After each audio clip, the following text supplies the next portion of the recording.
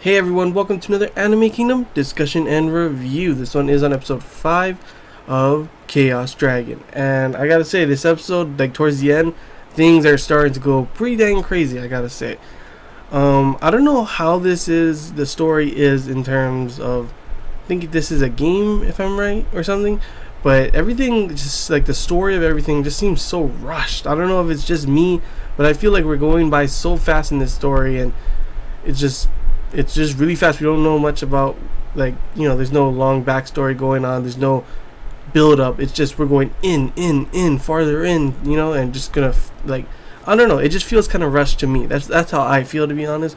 The beginning of the episode, we do get to finish with Aha's story, and it's pretty much, just showing how the red dragon could not be reasoned with when they went, and the guy bounded to like the stone golem or whatever was killed, protecting everyone.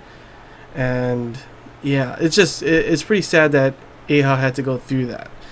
Then we get to the robot guy, the undead merchant guy, Kagrava. I don't know how to say his name. I'll just say undead merchant. It's easier. He tells how the message that he got from the red dragon, which was to go to the volcano place, because that's the only place he'll have any power to be reasoned with and all that kind of stuff, because he already knew that he wasn't gonna be the same anymore. He's gonna be worse, and he told the undead merchant that, and that's the whole point, that they're planning on going to that volcano. Of course, it doesn't make sense, because when Aha went, that was at the volcano, and he had no reasoning anyway already. So I don't know what they could do to reason with the red dragon. The whole thing, undead merchant guy was like, I'm his friend, so I'm going too, because everyone decided they can go, let's go. In this episode, to be honest, Gakusho, the general of Koran, is actually really different. She's not as hostile. She's like super nice and friendly with everyone. It was like, oh, she's pretty cool, actually. We also get to see Urika, the leader of the guys from Donatia. I have to say, I love their armor, the colors scheme and everything. It's really nice. But in this episode, we get two big things that may change the way everything works. One is Swallow gets from this bishop guy in the Donatia's army.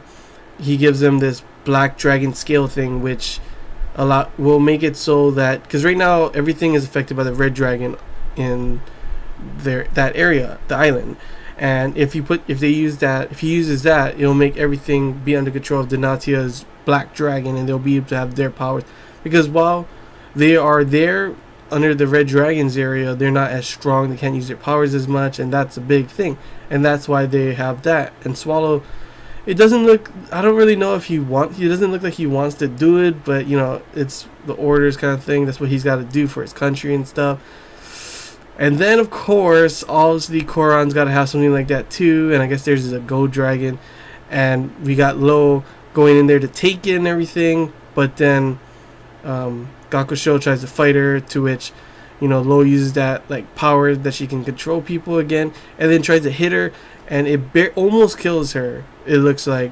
And then obviously she gets away with the thing, and Gakusho is hurt by the end of that. But then, throughout this episode too, they talk about how the kings,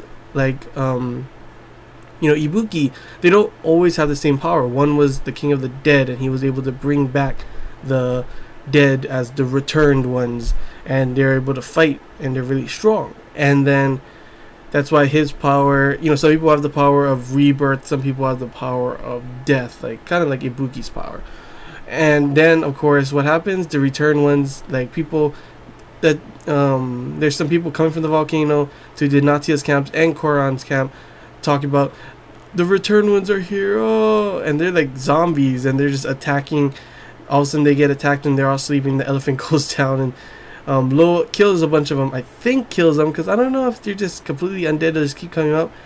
But the big thing is, all of a sudden, there's a red mist going on somewhere, and Gakusho, I guess she did die, and she came back as a returned one, and she's about to attack Ibuki, and that was the very end. I was just like, ooh, man, things are happening fast, and I mean really fast. That's why one thing I've been saying is like at the beginning of this review, I was saying that it does feel kind of rushed. Like everything's just rushing real fast through this story, you know.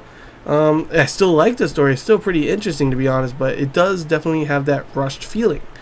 But like, I don't know what's gonna happen. Like, I can't believe they killed Gakusho. Like, I liked her. Like, they showed her off in this episode. Like, oh, she's pretty cool. Maybe she'll be helpful later on in the future. And then now she's dead, and she's a returned one. And Ibuki's gonna have to fight her. Plus, Lo still has, you know, Lo's plans. Her, like, what she wants to do is just completely, I don't know. She doesn't care about anyone. So yeah. And then also seems her master or whatever also wants Urika's soul as well. So I don't know what's going on here. It's a lot of crazy stuff going on. But yeah, that's all I really got to say about the episode. Pretty crazy stuff going on. We got, you know, Eiha's story finished. The message from the Red Dragon to the Undead Merchant. Swallow gets from his side the black scale thing. Gakusho has the gold scale thing. And then Lo kills her and takes it. The return ones attack, including Gakusho turning into one and attacking Ibuki. Just a whole bunch of stuff in this episode. Literally just a whole bunch of stuff just in this episode. So yeah, I can expect a battle in the next one. I don't know what Ibuki's gonna do. Is he gonna have to sacrifice someone? Because I was so set on like things have been happening that, you know, he's gonna sacrifice someone each episode. Of course, it did stop and it didn't happen last one. But is it going to happen again? Who's he going to sacrifice? There's no one that he's gotten really close to besides Eiha. And I don't think they're going to kill her. So it's just really confusing on what's going on because everything feels just so rushed. You know what I mean? But yeah, hope you guys enjoyed this Anime Kingdom discussion review. That's all I really got to say. If you have any questions, feel free to comment below. If there's anything I missed and you want to talk about, comment below as well. And till next time, guys. See ya.